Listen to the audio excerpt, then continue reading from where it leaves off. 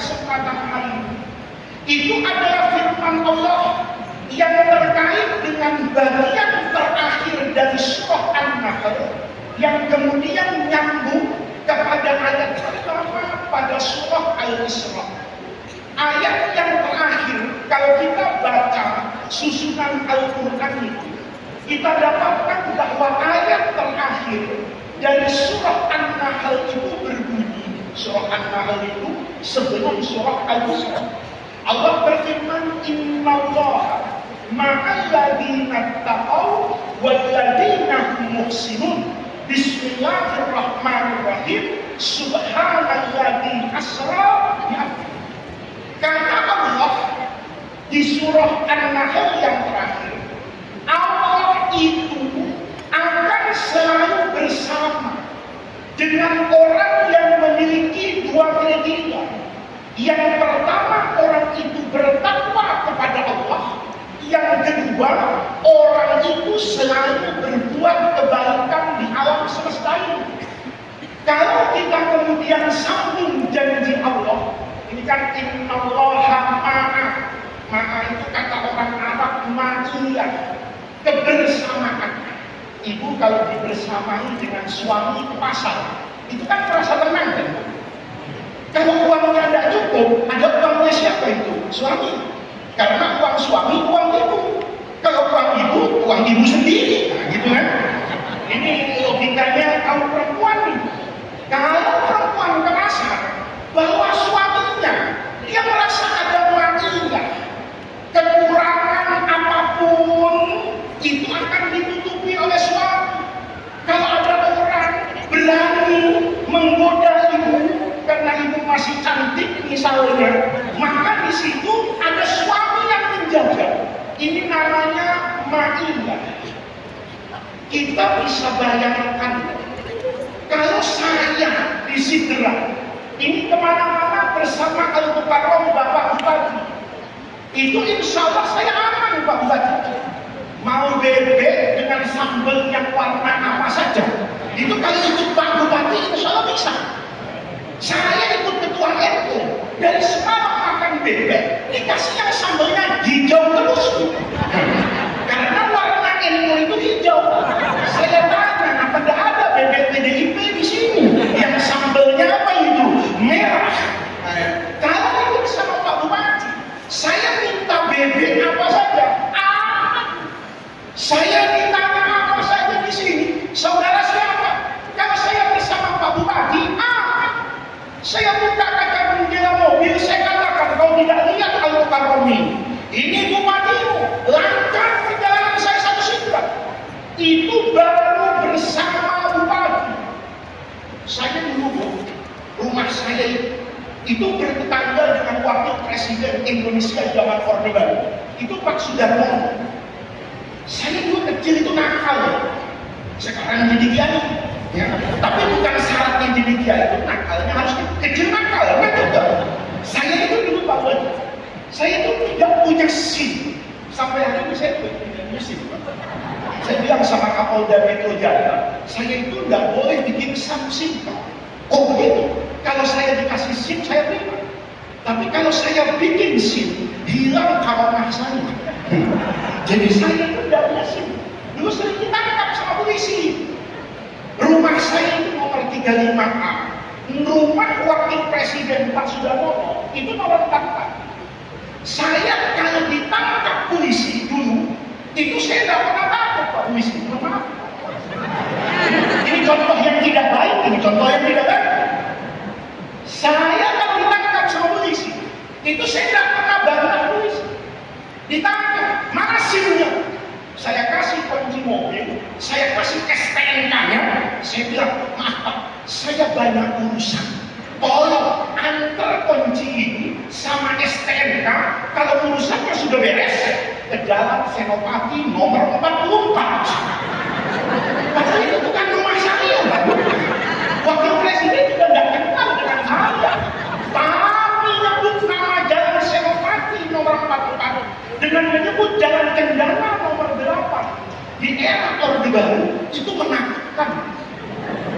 Polisi itu langsung peluk saya, jangan begitu deh, jangan main tinggal-tinggal saja, dikembalikan STNK-nya, kuncinya, bahkan mobil saya dibukakan pintu sama polisi. Sudah ada, ayo terus jalan, yang penting hati-hati ya Pak, beres. Kenapa? Dia takut saya itu keponakan wakil presiden. Karena lumayan sejalan ya. Muka saya ini Pak Bupati, kalau ikut pilkada mungkin bisa menang. Saya kalau misalnya ini dibawa ke studio, ya, orang cantik sekarang itu tidak perlu dirawat, yang penting diedit.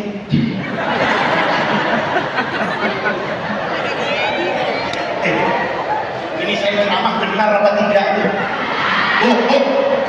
Saya ini jadi kiai, pernah kontak editan, ada ustaz nelpon saya pakai WhatsApp, maka fotonya kan tampil di handphone saya. Saya kaget Pak. Biasanya nelpon saya ke ketua PCNU, ya ketua masjid, ya muka-mukanya itu tidak ada yang menyenangkan. Muka-mukanya itu begitu pengurus NU. Mukanya itu sudah seperti proposal, nunggu ambulan, minta bis kecil. Ini itu muka-muka yang tidak menyenangkan gitu. Kalau saya jadi gubernur Sulsel, langsung saya jadi mobil itu supaya ketua PC ini wajahnya biar menyenangkan lagi. Karena di telepon saya kaget gitu Pak. Yang telepon itu cantik gitu. Karena cantik saya angkat. Kalau jangan saya kasih santri saya, kau angkat bisa apa? Karena cantik saya angkat. Ngomong, Ustaz, bisa ceramah di majelis saya. Karena cantik saya bilang bisa. Saya tidak lihat jadwal. Nanti yang jelek saya undur saja. Karena cukup apa ini, cukup cantik. Saya ngomong, sudah saya datang. Acara masih 3 bulan. Ini ustazah setiap akhir pekan telepon saya. Pak Kiai jangan lupa, Pak Ustaz jangan lupa. Iya. Ya, apa itu nanti Bapak kalau datang ingin makan apa? Saya masakkan, pokoknya soal apa? 3 bulan, 1 bulan itu 4 minggu kali 3, 12 kali dia telepon saya. Untung istri saya tidak tahu. Jadi setiap telepon dia itu saya bersihkan, karena ini berbahaya. Ini kedamaian NKRI, menjaga ya, stabilitas keamanan dari Papua sampai Aceh, dari Myanmar sampai Pulau Rote. Itu di handphone saya cepat saya hapus ini. Cuman sayangnya ini ada rekaman.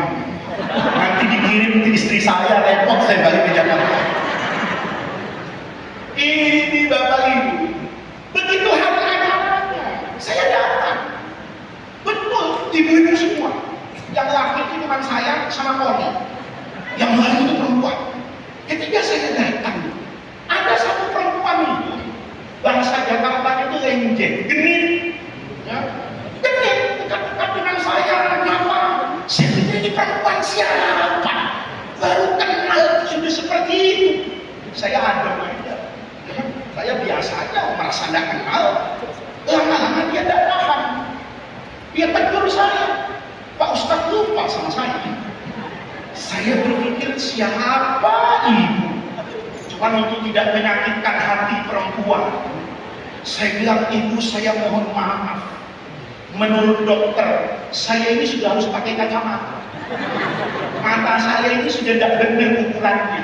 Tapi karena saya suka ke masjid pindah-pindah, saya khawatir kacamata saya tunggal-tunggal. Jadi saya ini kalau melihat orang tidak begitu jelas. Padahal jelas saya lihat muka dia. Ibu tadi bilang, Pak Ustadz lupa.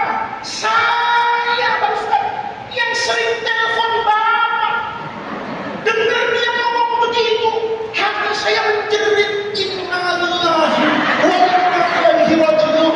Tahu begini yang undang, saya suruh ketua PCNU Siblat saja yang datang. Jadi hari ini orang itu untuk cantik tidak perlu dirawat, diedit, maka semua perempuan Indonesia itu pasti cantik di Instagram. Semua ibu muslimah cantik di TikTok. Kalau ketemu di masjid tinggal istighfar pada Allah Subhanahu wa taala. Di Allah wa ni'mal nasib. Monitor.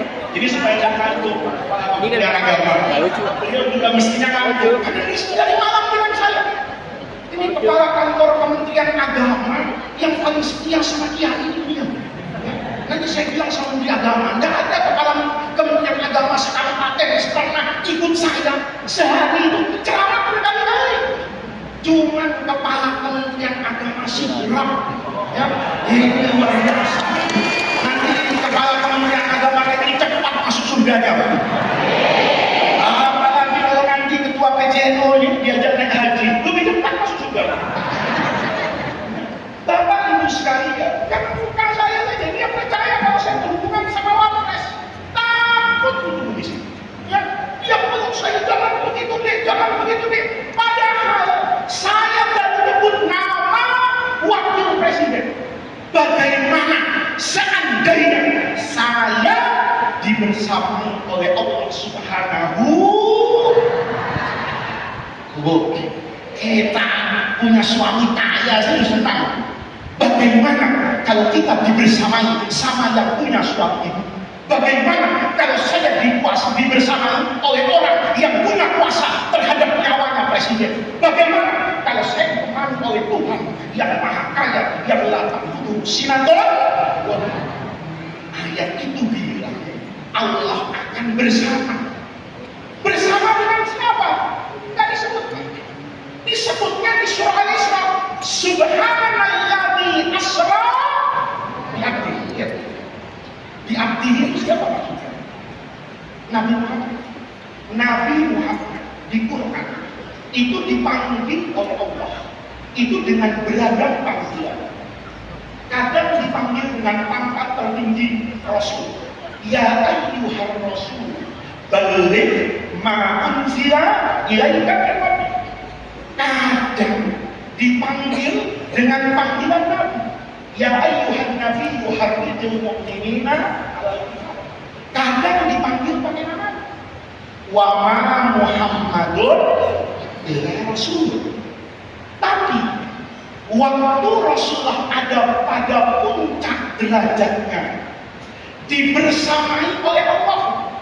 Malaikat Jibril itu kan cuma minal masjidil haram ilal masjidil aqsa, kemudian naik ke batas langit dunia, tidak membersamai dengan Rasulullah ketika Nabi melampaui Sidratil Muntaha. Nabi saat itu melepaskan dari semua keterkaitan dengan makhluk apapun. Kenapa? Karena dibersamai oleh Allah. Uniknya Quran bilang, kapan? Saya belum cerita surah Quran.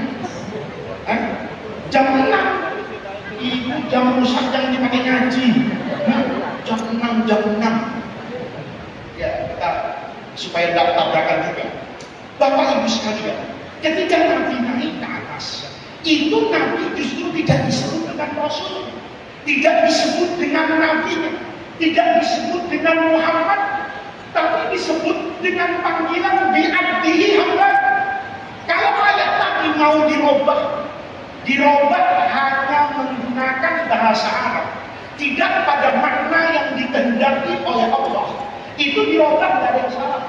Subhanalladzi asra bi rasulihi. Memang yang naik mi'raj itu Rasul. Subhanalladzi asra bi nabihi. Memang Nabi.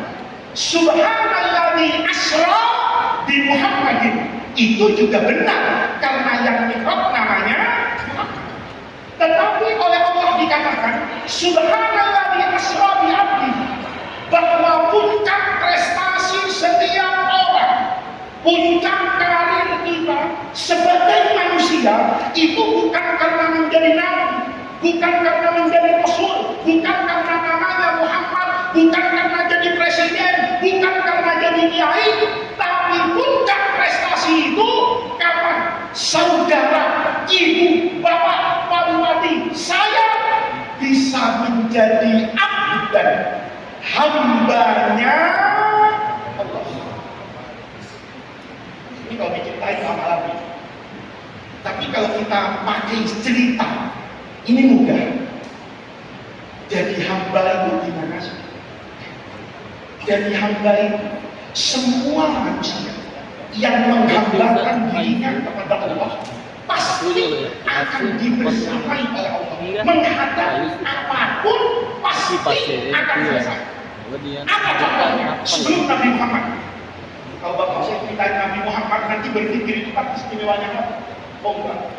Semua Nabi siapapun, kalau dia bersama dengan Allah menjadi hambanya, menjadi hamba Allah itu, semua yang diperintahkan Allah dikerjakan. Sami'na wa ta'ana. Kalau kita kan nggak sami'na wa ta'ana, kita seringnya sami'na wa pikir-pikir. Agama dipikir lama, suka-suka juga jadi Islam, tapi Islam Protestan, suka protes. Makan tempe protes, sendal udah hilang protes, masuk rumah sakit berapa banyak dari kita ya? Ya Allah, yang sholat saya, yang puasa saya, yang zikir saya, kenapa? Yang kaya orang lain. Itu namanya ibu sok-sokan di depan Allah. Berarti ibu merasa berbudi kepada Allah. Ibu merasa memberi kepada Allah. Padahal hamba itu adalah orang yang larut dalam ketaatan kepada Allah. Contohnya siapa? Paling gampang Nabi Musa. Nabi Musa itu waktu mau lahir itu Allah ceritakan kisah yang indah di surah Al-Qamar. Nabi Musa itu waktu lahir, kata orang Jawa itu apes. Apa apes itu? Nasibnya gak baik. Waktu Nabi Musa mau lahir, Fir'aun itu mimpi dipatok ayam. Ya itu indah teman-teman. Fir'aun itu, ya kan Fir'aun lagi Fir'aun kemarin, ya kan? Fir'aun itu Pak, jadi Fir'aun itu bukan karena dirinya sendiri. Karena kalau pakai ilmu sosial politik, Fir'aun itu mencengkram semua sarana dan prasarana yang mampu mendudukkan orang itu pada puncak kekuasaan. Yang pertama, Fir'aun itu punya Haman. Haman itu bukan TNI, TNF, Tentara Nasional Fir'aun. Itu jenderal luar biasa. Itu jenderal membangun yang namanya piramid. Mudah-mudahan bisa ke Mesir semua nanti. Saya sudah bayar zakat, ya. Ya, bapak-bapak sudah peduli sama janda-janda tua, ya. Kalau janda muda biar diurus sama ya kan. Kalau bapak yang urus jadi bertempur di rumah tangga, ya. Bapak kalau ke Mesir akan lihat bangunan piramid untuk ukuran dulu. Piramid itu luar biasa. Kenapa? Fir'aun yang ngomong, Haman bangun gedung yang tinggi sampai ke langit. Kenapa?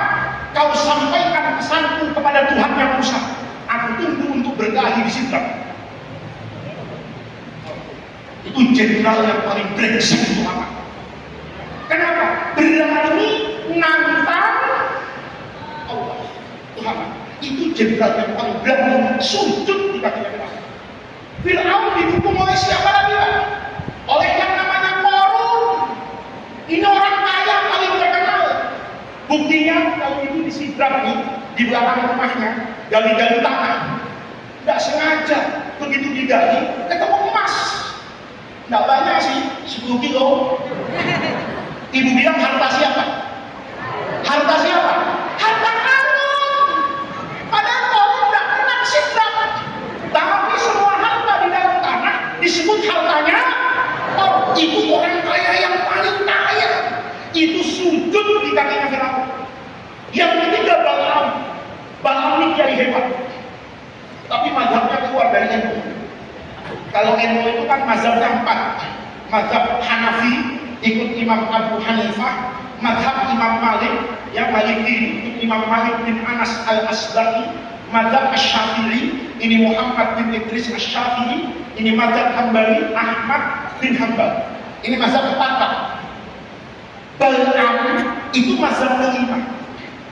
Mazhab bahasa Jawanya mazhab Wani Piro. Bapak paham Wani Piro? Wani Piro itu berani bayar berapa? Jadi kiai itu yang suka berubah-ubah dukungan pilkada itu mungkin ada keturunan Balaam. Karena Balaam itu, ya saya kan jatuh untuk semuanya. Kalau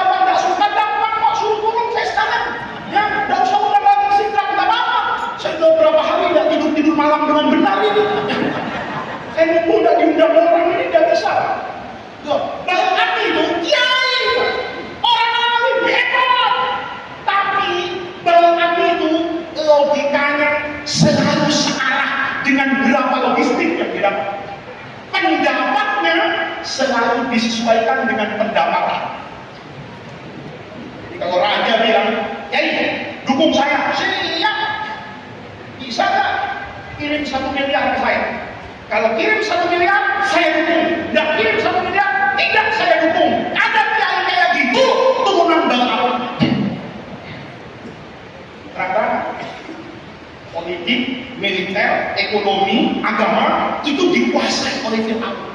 Maka Fir'aun itu berkuasa hebat. Malam hari mimpi dipatok ayam. Kalau dipatok buaya, mungkin Fir'aun tidak kepikiran selevel aku sama buaya. Tapi Fir'aun bilang, Haman takut, Korun sujud, Balkan taat. Kok ada ayam berani lawan saya? Kepikiran Fir'aun, maka tanya sama dukunnya. Nah ini kalau mimpi, kemudian suka tanya sama dukun, ibu jangan-jangan ada bau-baunya Fir'aun. Karena yang suka main dukun itu siapa? Jadi tanya sama dukun. Kalau orang Jawa tanya, "Mbah, piye, Mbah?" Dukun itu jawab sembarangan.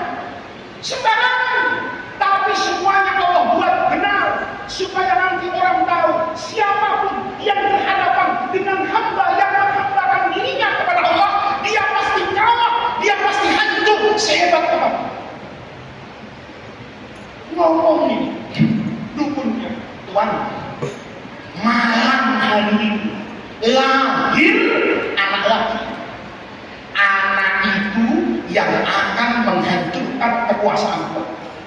Fir'aun panik, langsung perintahkan, kalau sekarang mungkin dengan menterinya itu, Pak Menteri bikin edaran semua bayi laki-laki dia makan dibunuh. Termasuk siapa itu? Nabi Musa. Lihat cara Allah menyelamatkan Nabi Musa. Begitu ibunya ngurus perutnya, hamil ibu, ya belum lahir, tapi ibunya ngerasa ini bayi laki-laki, ngomong, nah hancur. Kamu salah lahir mati. Turun malaikat Jibril, enggak mati. Kata ibunya Nabi Musa, gimana caranya? Pindah kau, jangan ada di Sidrak. Di Sidrak ramai orang. Ada polisi, ada tentara, ada faiz, ada muslimat, suka bergosip, ya kan? Suka suka nge-share di WhatsApp group, ya. Nanti cerita-cerita kohak ketahuan. Lari kemana? Ke gunung.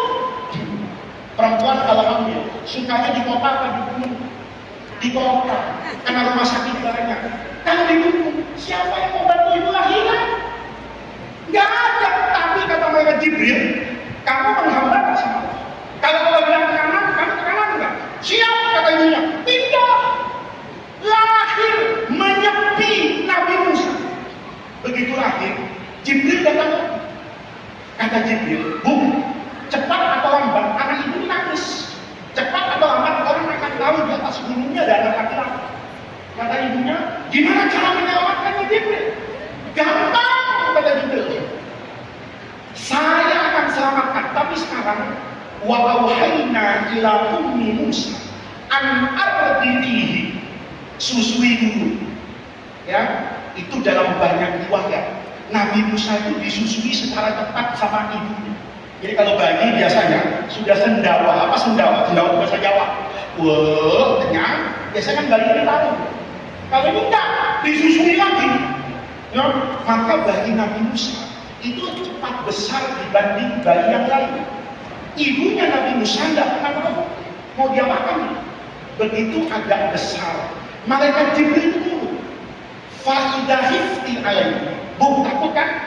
Anaknya akan dibunuh sama Fir'aun? Iya Jibril. Mau nggak selamat? Mau. Ada syaratnya. Fa'alqihi fil yammi. Buang di sungai. Ibunya Nabi Musa, Samina. Coba ibunya Nabi Musa berapa? Dimaki-maki malaikat Jibril. Apa kau bilang? Anakku ini kan mau jadi nabi. Kau suruh buang ke sungai. Kau itu malaikat cat apa? Kan gitu. Kalau kau malaikat selamatkan dong Nabi Musa. Apa sulitnya buat Allah untuk menghancurkan Fir'aun hari ini? Tapi itu keindahan cerita. Kata malaikat Jibril, buang anaknya di sungai. Kata malaikat Jibril, kalau ibu buang di sungai, nurut sama Allah, inna kami rotuhu, balikan ke pangkuan ibu, bukan cuma anak, bonusnya wajah iluhu minal mursalin. Kami jadikan apa itu? Nabi. Jadi syarat dari Nabi itu dibuang. Nih, kalau ibu punya anak, anaknya tuh buang ke pesantren. Paham? Cinta itu tidak selamanya memeluk. Ada masa cinta itu harus melepas. Suaminya mau kawin lagi, ibu cinta lepas. Dengar. Bapak diam. Kata malaikat Jibril, kalau mau bahagia, lepaskan anak. Karena bagian dari cinta itu tidak selamanya memeluk anak. Ibu kalau anaknya dipeluk terus, tidak akan bisa mandiri. Tapi kalau anak ibu buang ke pesantren, berpisah, nangis sekarang, tidak apa-apa, untuk tertawa di masa yang akan datang. Jadi bagian dari cinta itu lepas. Kalau bapak-bapak ini pulang di Isra Mi'raj, melihat ada yang lebih cantik dari ibu. Kemudian Dinda, aku lihat tadi ada Fataya. Dinda ini kan muslimah, sudah hampir expired lah kecantikannya. Ini ada ibu masih cinta sama saya. Dia apa kan ibu? Bu, dilepaskan apa kau ikat lakimu? Apapun pokoknya ceritanya dibuang ini Nabi Musa. Lihat, indah ceritanya. Nabi Musa dibuang di sungai. Allah bisikkan kepada istrinya Fir'aun. Untuk apa? Ada suaminya ke tepi sungai. Kata istrinya, Abang, pilkada masih lama. Tenang saja, Bang. Abang sudah, tidak usah ngurus politik terus. Sekali-kali lah, Abang. Kita bermesraan sebagai suami istri ke tepi sungai. Terjadi. Fir'aun sama istrinya kita tepi sungai. Pada saat yang sama, kotak Bali yang isinya Nabi Musa itu lewat. Begitu lewat, yang melihat itu istrinya Firaun. Kata istrinya Firaun, itu kotak apa ya? Bilang sama suaminya, Abang, aku mau lihat kotak itu. Kata Firaun, untuk apa, Adinda? Kotak itu, kalaupun berisi uang, paling uangnya 1 miliar. Uang kita, kata Fir'aun, 1 juta triliun belum kita bongkar di gudang. Untuk apa ngurus recehan kayak gitu? Tapi lihat cerita indah dari Allah. Istrinya maksa, Abang, kotak kayu tidak ada di depan saya dalam waktu 30 menit, nanti malam kau tidur di kebun. Ini indah. Istrinya Fir'aun itu indah itu. Dalam banyak riwayat, Fir'aun itu nurut sama istrinya. Kenapa? Ada yang mengatakan terlalu cinta sehingga nurut, ada yang mengatakan terlalu takut. Jadi Fir'aun itu gagah di kantor, tapi kalau pulang itu takut sama istrinya. Kalau ada bapak pejabat seperti itu, saya mohon segera pergi ke rumah sakit, cek periksa DNA-nya. Jangan-jangan ada keturunan juga bau-bau Fir'aun. Karena Fir'aun itu kalau di istana, satu istana dimarahin, pulang ke rumahnya, dibentak istrinya, kencing di celana. Namanya Fir'aun. Saya rasa tidak ada yang tersinggung, kan ada Fir'aun di sini. Ini Fir'aun, karena takut sama istrinya, dia perintahkan kepada staf angkatan laut, Laksamana, kotak kayu, bawa ke tempat istri saya. Kalau terlambat, mau saya mutasi, kata Fir'aun. Takut dibawa, Pak. Dibawa kotak kayu, dibuka. Nabi Musa tampan sekali. Fir'aun itu bukan politisi kemarin sore, bukan politisi ecek-ecek yang setiap musim pilkada ya pilek, itu mukanya ada di setiap pohon, tapi tidak pernah kita jumpai di kantor dewan. Saya pernah begitu Pak. Saya sering begitu Pak. Ada orang itu, kalau sudah mau jadi calon anggota DPR, undang pengajian saya. Fotonya tuh saya hafal, sampai sebelum masuk kabupaten, foto dia banyak. Begitu selesai nilai hidup, saya diundang sama DPRD-nya untuk ngasih ceramah. Saya cari muka bapak itu, kok tidak ada? Saya tanya, bapak yang kemarin itu ngundang saya, kok tidak datang ya? Apa beliau sakit? Apa ada sedang reses? Oh tidak Pak, memang dia tidak jadi. Nanti 5 tahun lagi, ngundang saya lagi, diundang lagi ke DPRD-nya, tidak ada lagi. Itu cara ente-ente. Ya, itu biasanya cuma menjadi penghibur di pohon-pohon saja. Fir'aun bukan kayak gitu. Naluri dan insting dia sebagai penguasa itu dibangun puluhan tahun, ratusan tahun. Begitu dibuka bayi, Fir'aun cabut pedang. Kata Fir'aun, ini yang akan menghancurkan kekuasaan saya. Dan benar. Tapi kalau orang sudah dibersamai sama Allah, yang pintar itu jadi goblok. Begitu dibuka, Fir'aun itu cabut pedang, mau bunuh anak itu. Yang menyelamatkan Nabi Musa siapa? FPI belum ada, Banser belum lahir. Siapa yang menyelamatkan Nabi Musa? Perempuan.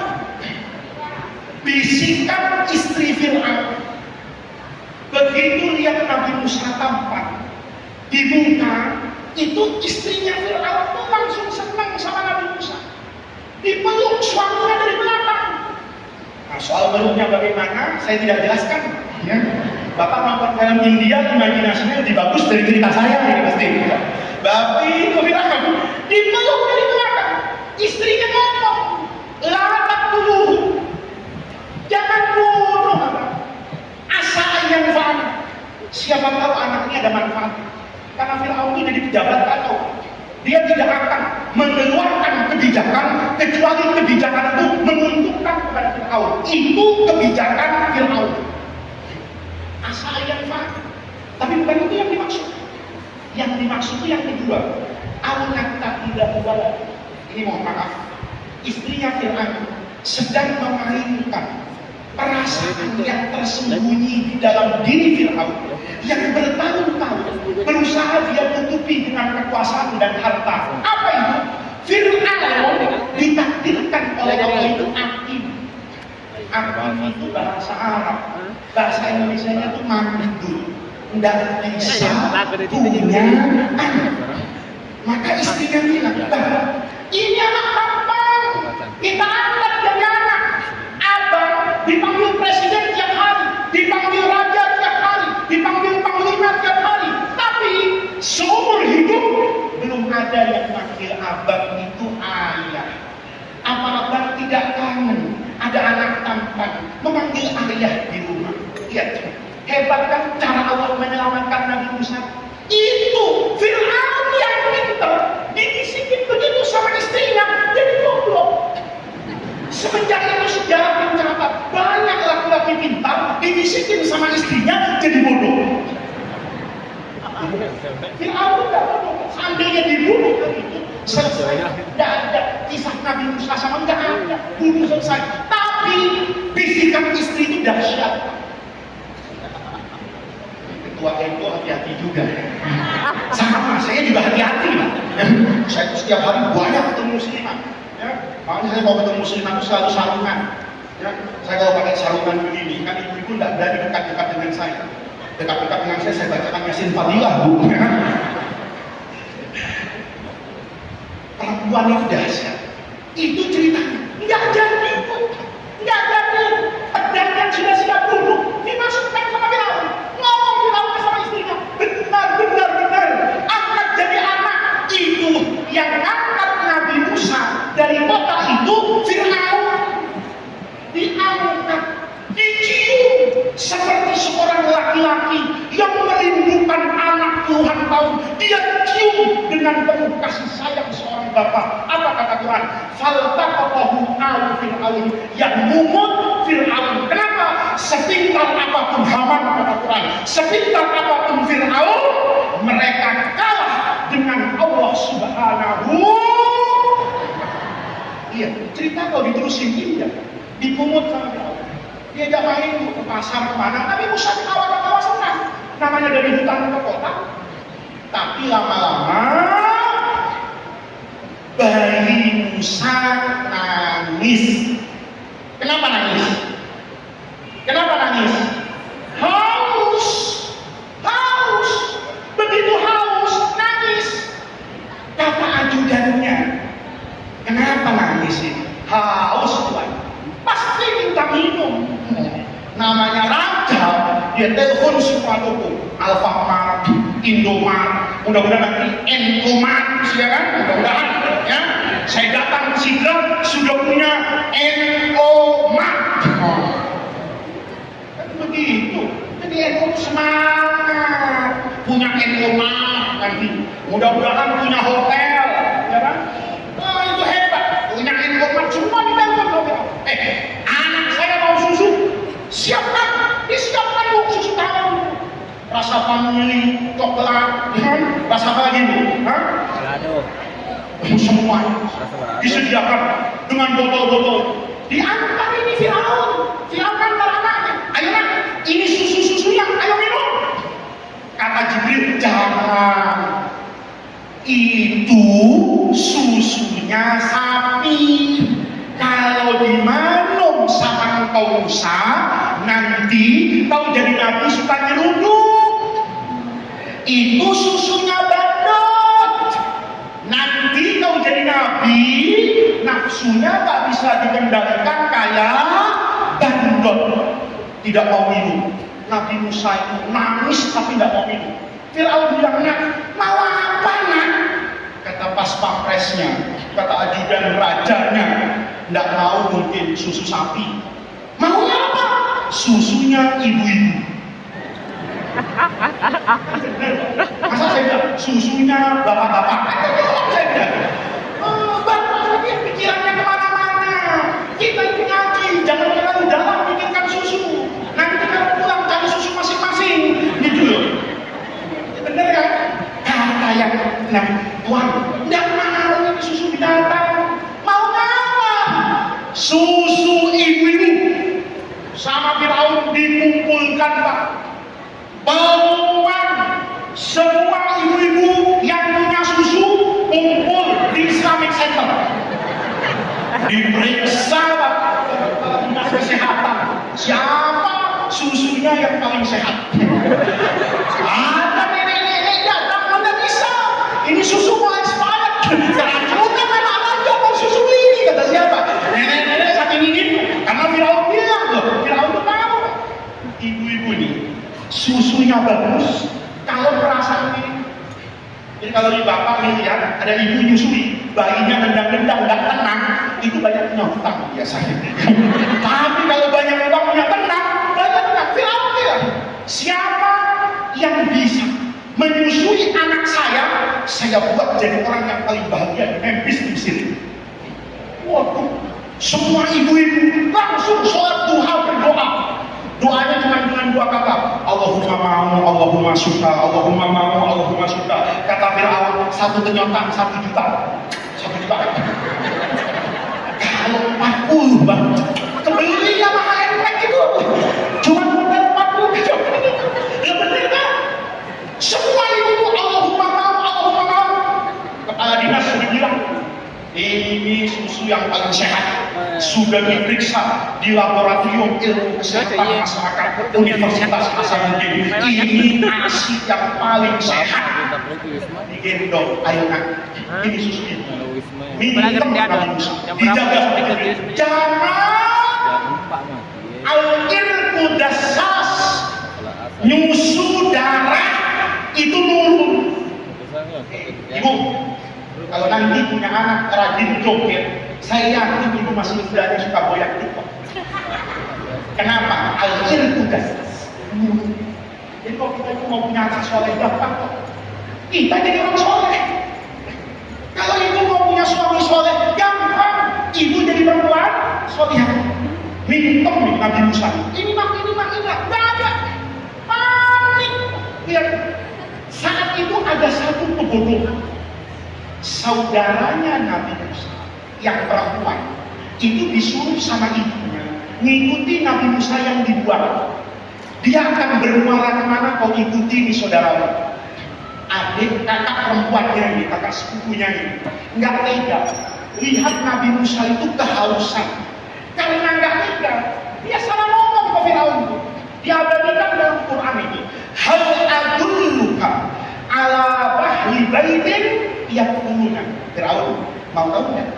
Ada perawat bayi hebat, asal dia yang merawat, semua bayi mau nyusu dan tenang. Kata Firaun, bawa.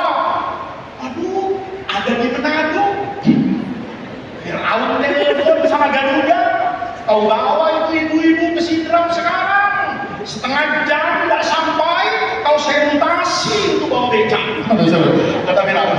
Datang perempuan itu. Kata Firaun, ini orangnya. Iya, dikasih dari Nabi Musa, bukan saja mau, langsung doyan kenyot. Kenapa? Kenapa? Ibunya, anehnya, Firaun yang pintar jadi goblok. Gobloknya di mana? Coba lihat. Dia mengumpulkan ibu-ibu di Sidrap. Berkumpullah ibu-ibu yang punya nasi sebanyak 10.000. Berarti kan ada 20.000 susu. Nggak bisa saya ceramahnya bener Pak. Nanti saya ceramah Bapak nggak paham. Ibu-ibunya ada berapa? Ibu-ibunya ada berapa? 10.000. Berarti kalau perempuan ada 10.000, ada berapa kali susu? Hilangnya proporsi. Padahal saya ceramah benar kan? Benar nggak saya ceramah? Ibu mau punya susu 1? Nggak mau. Ibu mau punya susu 3? Nggak mau. Memang 2 tapi Allah. Ada perempuan 10.000. Susunya?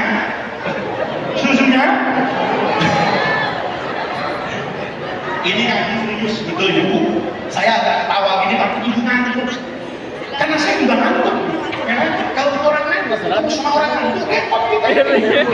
Bu, susunya ada berapa? 20.000. Mestinya Firaun itu kan cerdas. Dan kalau ada Firaun, di situ mesti ada panglima, di situ mesti ada kepala badan intelijen, di situ mesti ada kepala bidang intelijen polisi, tentara, orang-orang pinter. Anehnya semua yang pinter bodoh. Kan mesti mikir, ini tadi 20.000 susu udah mau, datang 2 susu langsung mau. Jangan-jangan tapi nggak terpikir. Kenapa? Dia berhadapan dengan manusia yang dibersamai oleh Allah. Ini 3:30 waktu asal. Kita perpendek sedikit ceramah. Intinya Isra Mi'raj itu Allah mau cerita gitu. Orang itu Rasulullah sebelum Isra Mi'raj itu kan dimusuhi orang semekah. Nabi sebelum peristiwa Isra Mi'raj itu mengalami peristiwa yang di dalam sejarah dikatakan Amul Husni. Apa Amul Husni itu? Tahun yang penuh dengan kesedihan. Kenapa disebut tahun kesedihan? Karena Nabi kehilangan 2 orang yang sangat beliau cintai, yang membela dakwah Rasulullah. Yang pertama adalah istri tercinta Khadijah. Sayyidah Khadijah itu kalau punya tabungan di bank, pinnya itu dikasih tahu sama Rasulullah. Kalau itu kan enggak, tabungan suami pinnya ibu harus tahu. Tapi tabungan ibu, kartunya pun diumpetin. Kadang-kadang suaminya melihat istri aku kok ada di ATM itu ya. Semenjak kapan dia punya tabungan di situ? Itu karena istrinya pintar menyembunyikan uang dari suaminya. Betul enggak? Khadijah yang Nabi cintai itu wafat. Abu Thalib paman Rasulullah yang mendukung dakwah Nabi, membela Rasulullah, wafat. Karena kedua orang ini wafat itu, maka orang Quraisy berani. Kata orang Quraisy, sekarang saatnya kita usir Muhammad dari Mekah, kita tutup semua pintu. Jadi Nabi punya uangnya tidak berharga karena semua pasar tertutup untuk Rasulullah. Maka hari itu Allah katakan, Muhammad, kalau kamu menjadi hamba saya, biar kamu ditutup semua pintu dunia, Allah akan membuka pintu langit. Kapan pintu Allah akan dibuka? Kalau kamu menjadi hamba Allah yang sejati. Kapan politisi bisa sukses? Kalau politisinya menjadi hamba Allah. Jabatan itu amanah. Nanti pada hari kiamat ada pertanggungjawaban. Jadi pengurus NU kayak saya ini memang tidak ada tanggung jawabnya. Ada. Kalau saya jual NU untuk kepentingan saya, insya Allah NU-nya tidak laku, sayanya terpuk. Kenapa? Tidak jadi santrinya Hadratus Syekh Hasyim Asy'ari, cuma memanfaatkan NU untuk kepentingan dunia. Tapi kalau ibu jadi muslimat, hidupkan syiar Ahlus Sunnah wal Jamaah, jaga pemahaman Islam aswaja, insya Allah NU akan hidup. Kalau NU hidup, ketua NU akan hidup. Kalau NU hancur, maka semua warga NU pun akan hidup. Yang terakhir nih pesan sponsor. Ini acara ini. Jadi ayo kita hidupkan Nahdlatul Ulama, bukan cari hidup di Nahdlatul Ulama. Ayo hidupkan negara kesatuan Republik Indonesia. Kalau negara ini jadi baldatun thayyibatun wa rabbul ghafur, kita juga bahagia. Yang terakhir Bapak, mumpung ketemu, Pilpres itu masih lama. Tapi kadang-kadang di pengajian judulnya Isra Mi'raj, tapi nama capres lebih sering disebut daripada nama Nabi Muhammad. Kadang-kadang nama calon presidennya itu lebih sering didengungkan daripada nama Rasulullah. Bapak pasti tanya sama saya, nanti saya 2024 itu milih siapa? Politik itu biasa-biasa aja Pak, nggak usah serius-serius. Kecuali nanti calonnya Sayyidina Umar bin Khattab mau nyalon jadi presiden Indonesia. Tapi selama namanya manusia siapapun, biasa aja. Bapak boleh cintai Pak Prabowo, Bapak boleh benci sama Pak Jokowi. Sekarang dua-duanya berdamai dalam satu kabinet. Bapak yang berantem tidak dapat apa-apa sampai hari ini. Betul tak? Betul tak? Semua akan seperti itu Pak. Semua. Saya hanya menyampaikan apa yang menjadi tanggung jawab saya dan nanti saya ditanya oleh Allah dalam kubur. Saya ini sudah banyak dosa. Jadi biaya akhir zaman rasanya lebih brengsek daripada orang soleh di masa lalu. Saya tidak ingin begitu banyak beban di hadapan Allah. Kalau Bapak mau pilih si A, pilih terserah Bapak. Bapak mau tanya siapa yang baik, tanya sama politisi. Bapak tanya sama ekonom, terserah Bapak. Tapi kewajiban saya ingatkan, Pilpres itu masih 2 tahun lagi, 1 tahun 8 bulan. Saya tidak bisa bilang sama Bapak pilih A dan pilih B dan pilih C. Tapi saya bisa bilang sama Ibu, doakan Indonesia ini. Mudah-mudahan negeri ini menjadi baldatun thayyibatun wa rabbul ghafur. Pemerintah itu bisa ada dan bisa lihat. Bung Karno itu hebat, proklamator Indonesia, diangkat oleh MPRS sebagai presiden seumur hidup. Orang yang mengangkat Bung Karno sebagai presiden seumur hidup itu juga yang memberhentikan Presiden Soekarno pada keputusan MPR tahun 67. Presiden yang dipilih seumur hidup harus mengakhiri kekuasaannya dengan sejarah yang silakan Bapak baca sendiri.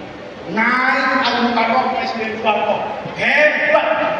Pak Harto itu hebat, presiden hebat. Pemilu masih 5 tahun lagi sudah tahu suara Golkar di berapa itu. Masih ingat kan? Panitianya beliau, semuanya. Itu masih ingat zaman itu. Pak Harto yang hebat. Ini adalah antitesa dari Orde Lama. Ordenya disebut Orde Baru. Semua orang mendukung untuk kesejahteraan bangsa. 32 tahun berkuasa. Pak Harto berujung dengan hancuran fakta turun Pak Harto.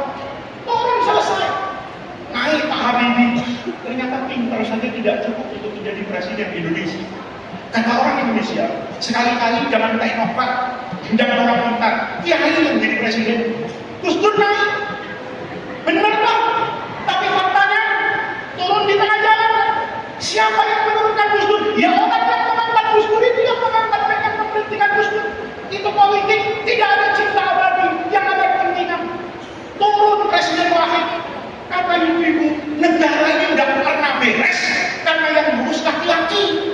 Tidak tahu harga cabai, tidak tahu harga beras. Betul? Naik presiden perempuan. Puas? Enggak. Oh, ini presiden begini. Oh, presiden ternyata harus yang gagah. Ibu pilih Pak SBY. Kenapa? Sekali-kali punya presiden tampan dan gagah. Waktu Pak SBY berkuasa, ada demonstrasi? Ada. Sampai kerbau ke sini. Kerbau ditulis di hati Pak SBY. Itu fakta. Pemimpin yang dicintai di awal itu tidak ada cinta yang abadi. Selesai. Kata bangsa Indonesia, ini kita butuh pemimpin yang agak kurus, makannya tidak banyak. Itu fakta. Itu fakta. Apa saya menjelekan orang? Tidak, saya terima semuanya. Semuanya senang. Salam dua jari. Hari ini pasti ada yang kecewa. Dukung Pak Prabowo, mati untuk Pak Prabowo. Tahu-tahu jadi menteri tak pamit sama pendukungnya. Itu kayak ibu-ibu naik motor, belok ke kanan, sennya ke kiri. Orang pikir dia mau ke kiri, ke kanan dengan Sandiaga. Betul tak? Itu tanggung jawab saya di akhir. Maka menghadapi pilpres, saya cuma pesan satu saja. Nanti malam, jam 3 malam, itu waktu yang terbaik untuk berdoa. Wabil ashari hum yastaghfir. Ibu sudut panjang, bapak sudut panjang. Ya Allah, jadikan negeri Indonesia negeri yang baldatun thayyibatun wa rabbun ghafur. Siapa presidennya?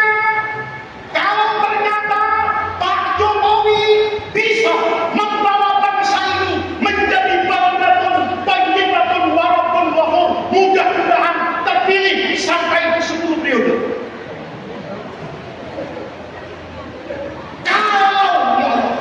Negeri ini akan menjadi negeri yang paling karena Prabowo yang jadi presiden.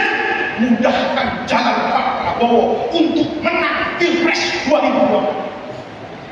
Kalau negeri ini akan beres dipimpin oleh Pak Ganjar, ya Allah, mudahkan Pak Ganjar menang mutlak 1 putaran di Indonesia, asal negeri ini menjadi baldatun thayyibatun wa rabbun ghafur. Kalau Pak Anies yang bisa membawa, sebut semua namanya, sudah tidak selesai ceramah. Ya kenapa? Harus menyebut nama semua orang. Itu namanya doa. Kalau menyebut nama, itu bukan doa, itu bukan kiai, itu tim sukses. Bedakan doanya kiai dengan doanya kiai merangkap tim sukses.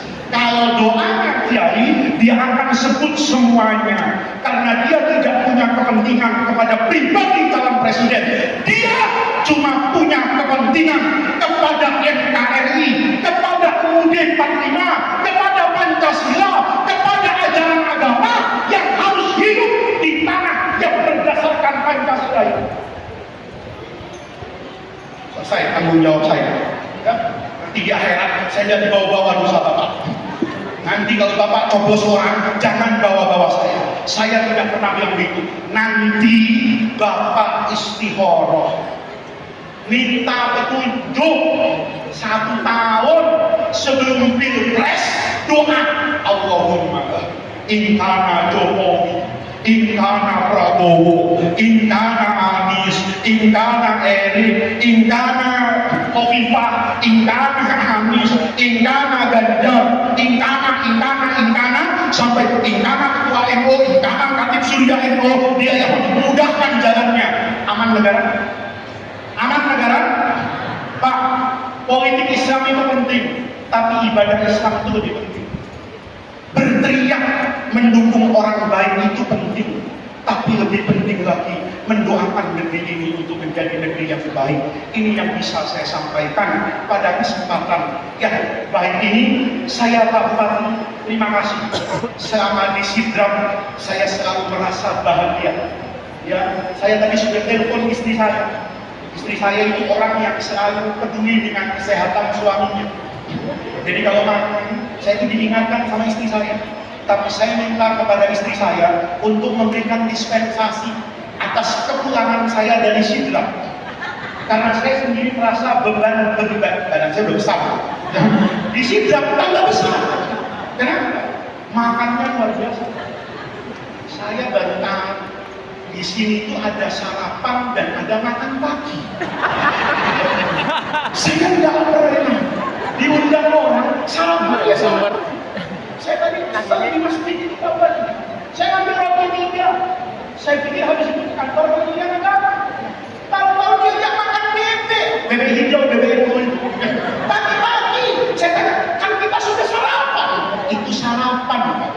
Orang hadis bilang ada sarapan, ada makan pagi. Luar biasa masyarakat Sidrap. Saya tahu itu cinta kepada ulama, cinta kepada Nahdlatul Ulama. Mudah-mudahan Allah jadikan jam'ana hadza jam'an marhuma wa tafarruqana min ba'dihi tafarruqan maksuma. Mudah-mudahan negara kesatuan Republik Indonesia yang berdasarkan Pancasila dan Undang-Undang 45 ini tetap tegak berdiri. Umat Nahdlatul bisa beribadah dengan tenang, umat Islam bisa beribadah dengan tenang, hidup berdampingan dengan semua anak bangsa, menjaga ukhuwah Islamiyah, menjaga ukhuwah Nahdliyah, menjaga ukhuwah wataniyah, menjaga ukhuwah basariyah. Rabbana atina min ladunka rahmah wa hayyi lana min amrina rasyada. Allahumma la tahrimna khaira ma indaka li syarri ma indana. Kurang lebihnya saya mohon maaf. Wallahu muwaffiq ila aqwamit thariq. Wassalamualaikum warahmatullahi wabarakatuh.